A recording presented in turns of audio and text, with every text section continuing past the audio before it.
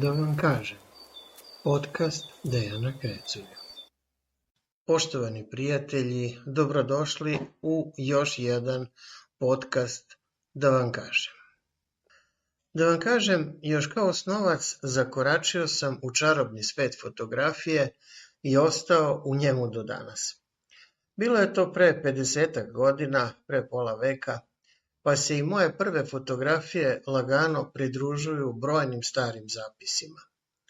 Mnogi vole starine, posebno ako su pristupačne običnim kolekcionarima, poput starih razglednica. Sakupljaju ih, razmenjuju, kupuju i prodaju. Starih fotografija kovina je mnogo, a posebno su zanimljive one iz vremena kada je fotografija stigla u ovaj deo velike monarhije. Ono što je nekad bio običaj, deo kulture sećanja, jeste da se na poleđini svakog snimka upisivalo šta je i kada zabeleženo. Mnoge od njih imaju označeno i ko ih je snimio, pa nailazimo na vlasnika štamparije Oberleitera i niz drugih imena tadašnje intelektualne elite grada. Jedna od relativno malo zapaženih fotografija je i snimak glavne ulice prema Čikljanu, za koju je zabeleženo da je nastala 1925. godine. To znači da je sada tačno 1 stoleće od trenutka kada je snimljena. 1 vek i deo kovina sačuvan u njemu. Zahvaljujući novim i za većinu još uvek malo poznatim servisima veštačke inteligencije, koji su deo digitalnih alata za obradu vizualnih sadržaja, ovu staru fotografiju sam osvežio. Nakon obrade pojavili su se mnogi jasniji detalji, a iskoristio sam i mogućnost da snimak osvežim kolorisanjem, pa čak i animacijama. Vraćanjem skeniranog zapisa u vreme kada je nastao, sama glavna Kovinska ulica postala je jasnija. Bila je to mala magija spoja istorije, sećanja i najnovije tehnologije. Moje sećanja sežu u davne 60. godine prošlog veka, ali je mnogo onih koje uvek takva starina zainteresuje i koji pitaju, a gde je to?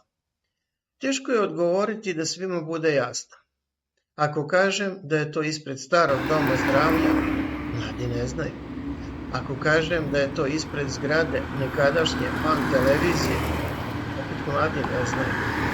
Nekome će biti jasno ako kažem preko puta komiteta partije.